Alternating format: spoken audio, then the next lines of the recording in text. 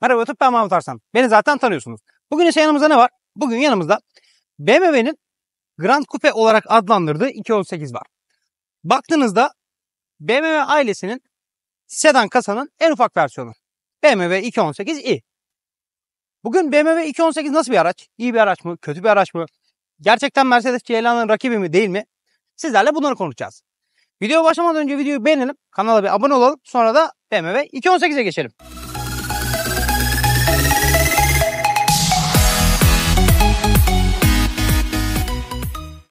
...218'e şöyle dışarıdan baktığımızda bildiğiniz gibi zaten bu araç 1.18i'nin biraz uzatılmış versiyonu.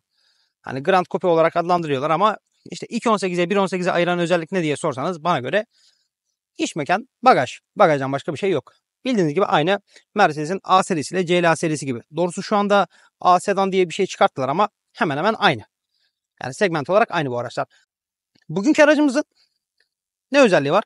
Gördüğünüz gibi diğer BMW abilerine göre diyelim daha ufak böbrekleri mevcut. Bunun böbrekleri biraz daha ufak. Başka ne özelliğimiz var bugünkü aracımızın? Aktif böbrek ızgarası mevcut. Kanalımıza 1.18 videosu çekmiştik ama artık onu yükledik mi, yükleyeceğiz mi bilmiyorum. Eğer daha montajına geçmedim. Bir aksilik olmazsa Allah nasip ederse onu da yükleyeceğiz. Kaputumuz aynı 1.18'in kaputu olduğu gibi arkadaşlar. 1, 2, 3, 4, 5, 6 parçalı bir kaputumuz mevcut. Neyimiz var? Dediğim gibi aktif böbreklerimiz var. BMW logomuzu görüyorsunuz. Far tasarımı, sis farları vesaire zaten 1.18'in aynısı. Önden zaten 1.18'e benziyor bu araç. Hemen hemen aynısı da diyebiliriz. Farlarımız gördüğünüz gibi arkadaşlar. Neyi var? Komple LED. Altında sis farlarımızı görüyorsunuz. Sis farlarımızın üzerinde neyimiz var? Şurada gördüğünüz gibi far sensörümüz mevcut. Burada da çekidemir kapağımızı görüyorsunuz. Onun biraz sol tarafına doğru geldiğimizde gördüğünüz gibi tekrar söylediğim gibi aktif böbreklerimiz var. Şurada da radarımız var. Hani aktif böbreklerin de eğer açılıp kapanma videosunu çekebilirsek, detayını çekebilirsek araya çeker koyarız, bilginiz olsun. Aracın şöyle sol tarafına doğru geldik. Araç gerçekten güzel duruyor. Kötü durmuyor. Aracı şöyle gezecek olursak 360 derece. Aynalarımız elektrikli. Tabii ki de LED. Yani kayar LED değil ama LED sinyal. Burada aynı 1.18'deki olduğu gibi çok güzel 3 detay yapmışlar. Aynalarımız elektrikli. Bu şekilde kapanıyor, açılıyor. Başka neyimiz var? Kapı kollarımız yanlamasına yerleştirilmiş, tutup çekmeli. Bu aracın sevdiğim bir özelliği nedir? Şöyle hızlıca gösterecek olursak, hemen aracın içine geçmeyeceğiz tabii ki de. Kapılarımız çıtasız. Gördüğünüz gibi bu şekilde gayet spor duruyor, güzel duruyor. Kapımızı şöyle açtık. Bu arada böyle tek seferde iniyor ama tek seferde kalkmıyor, bilginiz olsun. Neyse, onları içeride anlatacağız. Aracın yan silüeti dediğim gibi 1.18'in sadece biraz daha uzatılmış versiyonu, bagajlı versiyonu. Arkadan hani biraz daha spor duruyor. Şöyle araca arkadan bakacak olursak, ya ben bu arabayı açık konuşmak gerekirse böyle hani 6 GT'ler 5 GT'ler falan filan vardı bir ara. Onlara biraz benzettim. 5 GT miydi 3 GT miydi? Ona bakarız. Hani stoplar böyle yanlamasına yerleştirilmiş upuzun. Ya biraz 7 kasayı da andırmıyor değil stoplar. Eski 7'leri biliyorsunuz. Neyimiz var? Bir tane şurada, bir tane şurada. Kedi gözümüz mevcut. Hemen altında çeki demir kapağımız var. Altında siyah bir difüzörümüzü görüyorsunuz. Park sensörlerimiz mevcut. Şu yan tarafta havalandırma girişi gibi gözüküyor ama oralar boş. Çalışmıyor yani, bilginiz olsun. Başka neyimiz var? Egzozumuz çok güzel duruyor. Sportif bir hava katmış bu araca. Şöyle detay çekecek olursak. Başka neyimiz var? Burada abi geri görüş kameramızı görüyorsunuz. Şöyle gördüğünüz gibi. Burada zaten BMW yazımız. Hani burayı böyle komple kaplamışlar. Burada da 218i yazımızı görüyorsunuz. Aracın şöyle sağ tarafına doğru gelecek olursak, burada da gördüğünüz gibi neyimiz var? Tank kapağımız var aracın sağ tarafında. Herhangi bir AdBlue ya da LPG bağlantısı yok. %100 benzinli bir araç. Aracın arka tekerleklerine gelecek olursak, bugünkü aracımızda Hankook'un lastikleri var fabrika çıkışla. Neyi varmış abi bugünkü aracımızda? 255'e 45 R17. Bilginiz olsun, 17 inç. Aracın sağ tarafı bu şekildeydi. Ön lastiklere bakacak olursak, ki biliyorsunuz BMW'nin 1.18 ile beraber ürettiği önden çekişli aracıdır 2.18. Ön lastiklerimiz ise 255'e 45 R17. Arka lastiklerle aynı. Neden? Çünkü bu araç önden çekişli. Biliyorsunuz normalde BMW'lerde arka lastikler ön lastiklerden biraz daha geniş olur. Arkadan çekişli, itişli olduğu için. Aracın dış tasarımı bu şekildeydi. Aracın sağ tarafında, sol tarafına ek olarak sadece bir depo kapağı mevcut. O zaman aracın içine geçelim. Aracın içine geçerken kapı sesleri gayet hoş. Tokluk hissi veriyor. Aracın kapısını açtığımızda gördüğünüz gibi bizi böyle bir tasarım karşılıyor. Buralar böyle yumuşak komple. Ya çerçeve olmadığından, ya herhangi bir direk olmadığından dolayı yani şöyle gayet güzel duruyor burası. Gördüğünüz gibi burada kapı açma kumandaları mevcut. Yani kilitimi açma. Kapı açma kolumuz burada. Ayarlı koltuğumuz mevcut. İşte 1-2 ayarında. Buraya güzel bir şerit atmışlar. Siyah. Sert. Buralarımız da komple yumuşak. Buralar da yumuşak. Burada ufak hoparlörümüz mevcut. Tutma ayarları falan gayet güzel. 4 cam otomatiğimiz var. Dediğim gibi tek seferde iniyor ama tek seferde kalkmıyor, bilginiz olsun. İşte aynaları kapat aç. Şöyle göreceğiniz gibi. Bu şekilde. Aynalarda kör nokta uyarı sistemi mevcut bu arada. Ayna seçicimiz, joystick'imiz burada. Burada işte arkadaki camları kilitle. Bu araç 1.18'e eksi olarak ne var? 1.18'in bagajı elektrikliydi. Bugünkü aracımızın bagajı elektrikli değil, manuel, bilginiz olsun. Burada neyimiz var? Burada BMW yazımızı görüyorsunuz. Krom kaplamalı. Koltuğumuz tabii ki de elektrikli. Yalnız 1.18'in koltuğu biraz daha cafcaflı duruyordu açık konuşmak gerekirse.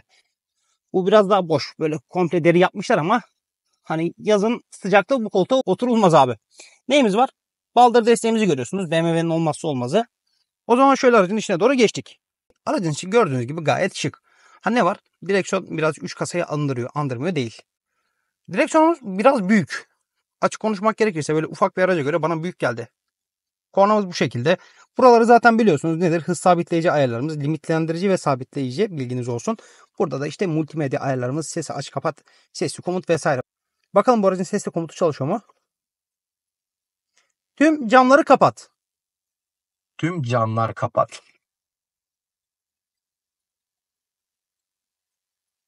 Gördüğünüz gibi tüm camlar kapandı. Şöyle açmayı deneyelim. Tüm camları aç. Tüm camlar aç.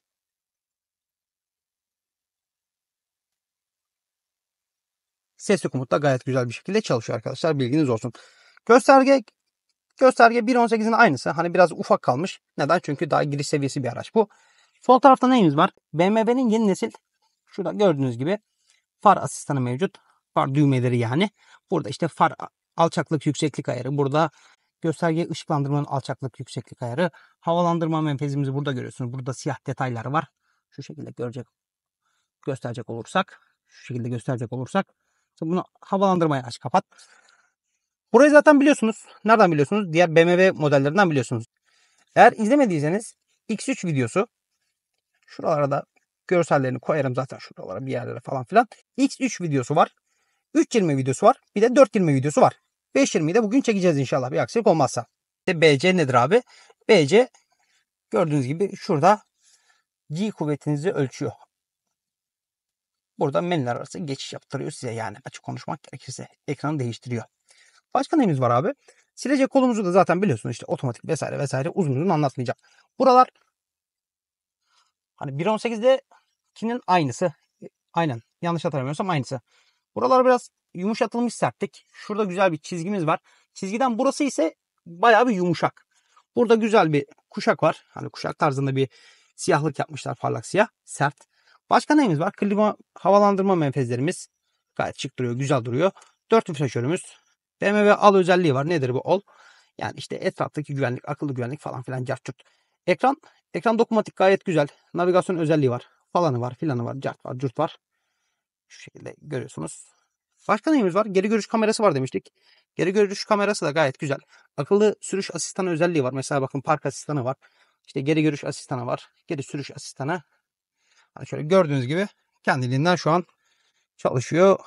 Kendi kendine P'ye aldı bu arada. Ben bir şey yapmadım. Şöyle ayağımı frenden çektim. Şöyle kendi kendine park ediyor araç. Nereye gitti hakkında da hiçbir bilgim yok ama. Şöyle kendiliğinden kendini böyle bir yerlere aldı arkadaşlar. Neyse, biz tekrar gölgeye çekelim. Anlatmaya devam edelim sizlere. Aracımızı güvenli bir şekilde P'ye aldık. El frenimizi kaldırdık. Başka neyimiz var? Dediğim gibi sürüş asistanı vesaire vesaire, kendi kendine park ediyor falan filan. Cart. Klima ayarlarımız burada. İşte fan ayarı, cama ver, kafaya ver, ayar ver. İşte fan ayarı burada, alçalt, yükselt. Bunu bu şekilde yapmışlar. Güzel olmuş. Yerden pratiklik. Klimayı komple kapat. Aynı şekilde burada sağ tarafında işte klima ayarı falan filan. İşte menü ayarı. Gördüğünüz gibi işte havalandırma kalitesi nasıl olsun. Şöyle olsun böyle olsun falan filan olsun. Cart. Burada max AC'miz var. Gördüğünüz gibi. Bunu kapatalım. Bayağı bir ses yapıyor. Max AC ile buradaki max nedir? Şöyle anlatacak olursak. Buradaki max, örnek veriyorum, hava karlı. Araca bindiniz. Aracın içi buz gibiydi. Siz bindikten sonra camlar buharlaştı. Buna bastığınız zaman bütün camların buharını çözüyor. Bu ise sadece klimanı max derecesine alıp seni en kısa sürede ısıtıyor ya da soğutuyor. Bilgin olsun arkadaşım. Bu kadar bilgiden sonra videoyu beğenelim. Kanala bir abone olalım lütfen. Burada zaten multimedya sistemimizi görüyorsunuz. Dinleme onu bunudur, her şey oluruna varsın ah. Sesimiz bu şekildeydi arkadaşlar. Havalandırma menfezlerimiz gayet şık, gayet güzel görüyorsunuz. Bir tane cebimiz var. Yanları böyle piyano siyahıyla kaplı, piyano bilek. Burada parlak bir kaplamamız mevcut. USB çıkışımız var. Burada 12 volt soketimiz var. Çakmaklık olmayan çakmaklık girişimiz. 2 tane baklığımız mevcut. Herhangi bir soğutma ya da ısıtma yok ama bilginiz olsun. BMW'nin yeni nesil start stop sistemi. Biliyorsunuz önceden şurada bir yerdeydi. BMW'lerde özellikle 3 kasalarda, F30'larda vesaire. Artık bu start stop başlatıcımız, bitiricimiz burada. İşte ESP kapat. Park sensörü iptali, start stop iptali, ki benim en çok sevdiğim özellik budur. Neden? Çünkü bu araçlarda biraz sarsıntılı çalışıyor. Bilginiz olsun. Yeni nesil vites topuzu. Hani bunu da şık yapmışlar. Daha short, daha güzel. BMW Media yıllardır kullanıyor bunu. E60'da kullanmaya başlamıştı diye hatırlıyorum. Yanlış bilmiyorsam. Eğer doğrusunu biliyorsan sen aşağıya yorum olarak yazabilirsin. Neyimiz var burada? Spor modumuz var. Gördüğünüz gibi burada ekranımız kırmızı oluyor. Göstergelerimiz değişiyor. İşte dinamik ayar, configure vesaire vesaire. Burada hemen bir altında konfortumuz var. Böyle de araba biraz daha cool gibi süzülüyor gidiyor. Eco Pro'muz var. Eco Pro kullanan adam BMW'ye binmesin abi. Gitsin sembol alsın. Hani bu arabayı binip de Eco Pro'ya basılmaz. Basılmaz yani. Arabaya günahtır. Bu arabayı iki segmente kullanacaksın. Nedir? Bir konfor, bir spor. Üçüncüye her zaman gitme çünkü bu araba zaten önden çekişli. ESP'yi falan kapatma bu arada yani. Şöyle konfor al, cool gibi süzül bu arabada. Başka neyimiz var? Burada ileri geri olmayan bir tane kol dayamamız mevcut. Bu da komple deri, bilginiz olsun. Şöyle kapaklı. Burayı açtığımızda gördüğünüz gibi burada bir tane USB çıkışımız var. Nerede? Şurada bir tane yeni nesil USB çıkışımız var. Öndeki eski nesilde. Burada bir tane cep var ama hani bu cebe bir tane telefon ya sığar ya sığmaz, bilginiz olsun. Çok da ahım şahım değil yani. Başka neyimiz var? Torpidomuz. Buralar biraz daha sert. Torpidomuzu şöyle açtık. Gayet yavaş açılıyor gördüğünüz gibi. Hani çok derin değil ama böyle kadife kaplı. Burayı da böyle kapattık. Şöyle yukarı doğru gelecek olursak aynada neyimiz var? Aynada herhangi bir karartma görmüyorum ben. Karartmalı olabilir ya da olamaz. Kesin bilgim yok. Sen biliyorsan aşağıya yorum olarak yaz lütfen. Aynanın üzerinde neyimiz var arkadaşlar? Gayet güzel. Açık renkli döşememiz mevcut. Burada işte sunroof ve perde tuşumuz var. Bunu böyle yaptık. Gördüğünüz gibi sunroof. Sunroofumuz açılıp kapanıyor. Şöyle sunroof komple açacak olursak da. Hani sunroof da gayet güzel yani. Bu bayağı bir gidiyor. En arkaya kadar gidiyor. Araçta uzun olduğundan dolayı. Sunroof da gayet güzel arkadaşlar. Yarıya kadar açılıyor. Ama hani yeterli böyle. Çok büyük değil ama yeterli. Burada neyimiz var? Gördüğünüz gibi güneşliğimiz var. Burada ruhsat saklama cebimiz var. Güneşliğimiz kapaklı ve aydınlatmalı. Şöyle göreceğiniz gibi aynamız da mevcut. Buraya kadar izleyen arkadaşım lütfen videoyu beğenelim. Kanala bir abone olalım. Burayı böyle kapattık. Burada başka anlatacak neyimiz kaldı? Tabii ki de tutamaçlarımız. Sol tarafta herhangi bir tutamaç yok. Sağ tarafta da herhangi bir tutamaç yok. Bilginiz olsun. Emniyet kemerlerimizin herhangi bir alçaklık, yükseklik ayarı mevcut değil. Standart geliyor emniyet kemerlerimiz. Buraya kadar beni dinledin. Demek ki videoyu beğeniyorsun. Demek ki video hoşuna gidiyor. Peki neden hala abone değilsin? Ne yapıyoruz? Videoyu beğeniyoruz. Kanala abone oluyoruz. Sonra da arka tarafa geçiyoruz. Hadi bay bay. BMW 218'in arka tarafına doğru geldiğimizde ise arkadaşlar dışarıda söylemeyi unutmuşum. Neyi unuttum abi? Tabii ki de köpek balığı antenimiz BMW'nin olmazsa olmazı. Ya şöyle arka tarafa bakınca tamam güzel duruyor, hoş duruyor. Renkli cam. Bu gri rengiyle de acayip güzel durmuş ama abi bildiğiniz gibi Of My King. Ya şu olayı biraz zedelemişler. Bu konuda üzülüyoruz. Her neyse. Kapımızı şöyle açtık. Kapı seslerimiz bu şekilde. Zaten Kapılarımız çıtasız demiştim. Gördüğünüz gibi. Buralar nereler? Buralar. Buralarda garip bir şekilde yumuşak yani arkadaşlar. Normalde biliyorsunuz arka tarafa pek önem vermez araç üreticileri. Buralar komple böyle yumuşak. Kapı açıp kapatma kolumuz. İşte camları açıp kapatma şumuz. Burada neyimiz var? Tabii ki de bebekli aileler, çocuklu aileler için çocuk kilidimiz mevcut. Koltuklarımız aynı. Ön tarafta olduğu gibi komple deri. Herhangi bir artısı yok. Sadece şöyle dikiş yapmışlar vesaire yapmışlar. Güzel. Neyi var? Isofix bağlantısı var koltuklarımızın. Şöyle kapaklı Isofix bağlantısı mevcut. Şu aracın içine ufaktan geçtik. Garip bir şekilde içerisi böyle beni biraz boğdu. Neyimiz var burada? Bir tane şurada gördüğünüz gibi ışıklandırmamız mevcut tuşlu. Hani böyle burayı biraz iki katmanlı yapmışlar arkadaşlar. Bunun sebebi de ne? Tabii ki de cam tavan ve perde. Beni şu an ne kadar aydınlık veya ne kadar karanlık görüyorsunuz bilmiyorum. O yüzden şöyle biraz camı açacağım. Camlarımız da yarım açılıyor, bilginiz olsun arkadaşlar. Burada başka oturma pozisyonu şu an öndeki koltuk benim sürüş pozisyonuma göre ayarlı. Beni tanıyan, beni takip eden, bilen arkadaşlar biliyordur. Ama bilmeyenler için tekrar söyleyelim. Veya yeni takip etmeye başlayan arkadaşlar için tekrar söyleyelim. Benim boyum 1.86, kilom 100. Şöyle kameramızı çevirdik hemen. Hani böyle gördüğünüz gibi bacaklarım tam değmiyor ama böyle sınırda şöyle iki parmak sağ bacağımda, iki parmak da sol bacağımda boşluk var. Arka tarafta başka neyimiz var? Gördüğünüz gibi iki tane havalandırma menfezimiz var. Böyle ayarlı. Şöyle gördüğünüz gibi iki tane USB portumuz var. Bunlar yeni nesil tabii ki de. Arka tarafın koltukların arkası şöyle fileli. Koltuklar, kafalıklar vesaire gayet güzel duruyor arkadan bakınca. Şöyle kameramızı çevirdik. Şurada bir tane kol dayamamız mevcut arkadaşlar. Kol dayamamızın neyi var? Kapaklı, gayet güzel, hoşuma gitti. Şöyle gösterecek olursak. Kol dayamamız kapaklı dediğim gibi. Şöyle bastık, kapağını açtık. İki tane bardaklığımız burada mevcut. Hani malzeme kalitesi falan güzel. Ne kadar giriş seviyesi BMW olsa da BMW olduğunu yine de hissettiriyor. Ama neyimiz var? Burada gördüğünüz gibi herhangi bir şekilde bagaja erişim yok. Bilginiz olsun.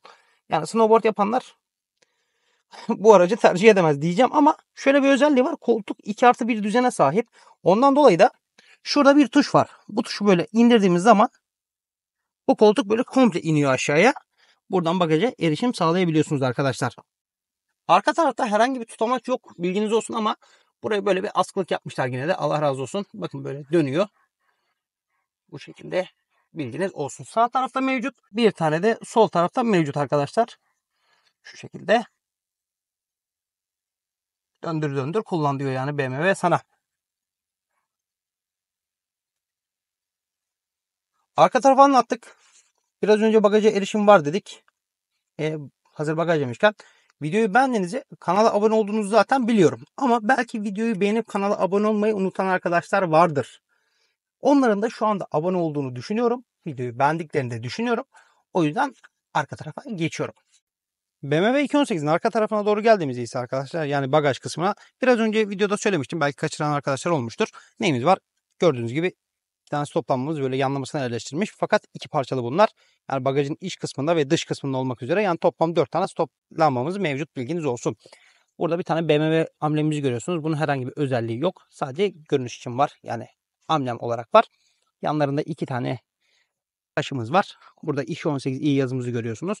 Araçta spoiler yok ama garip bir şekilde burası böyle spoiler gibi duruyor. Benim hoşuma gitti. Neyimiz var demiştik? Burada arkada park sensörlerimiz mevcut. Geri görüş kameramız mevcut. Bunu zaten içeride anlatmıştık. Egzoz çıkışımız aktif. Patır patır geliyor. Burada siyah bir tane difüzörümüz var. Bagajımızı şuradan açtık.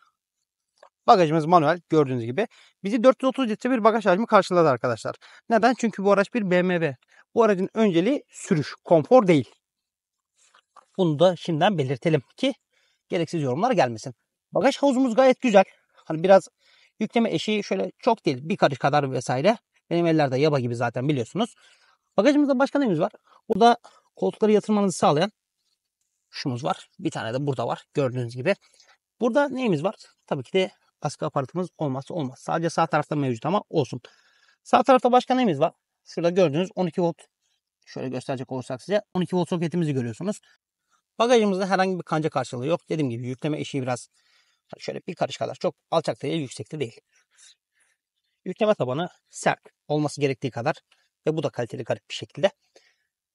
Ama Şöyle bagajın içi komple hani yumuşak döşeme. Benim hoşuma gitti.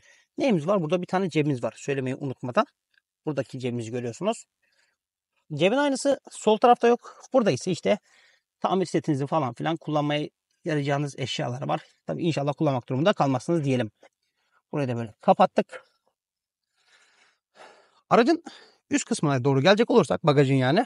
Buralarda komple yumuşak arkadaşlar. Herhangi bir reflektör koyma yeri vesaire vesaire yok. Sadece neyimiz var? Bir tane burada. Bir tane burada tutma kolumuz var. Burada böyle tuttuk. Kapattık. Hani bagaj kapağı da ağır yani. Öyle hafif de değil. Çünkü bu araç giriş segmenti de olsa bir BMW arkadaşlar. Arkadaşlar bugün sizlere elimden geldiğince, dilim döndüğünce BMW 218i Grand Coupe'yi anlatmaya çalıştım. Şöyle duracak olursak aracı da görelim. Videoyu beğendiyseniz beğenmeyi, beğenmediyseniz beğenmemeyi, burayı eksik, burayı fazla söylediği dediğiniz yerler varsa onları da saygı çerçevesi altında aşağı yorum olarak atmayı unutmayın lütfen. Beni izlediğiniz için teşekkür ederim. Tekrar söylüyorum. Kanala abone olmayı, videoları beğenmeyi kesinlikle unutmayın. Ama en önemlisi kendinize iyi bakmayı kesinlikle unutmayın. Haftaya görüşmek üzere.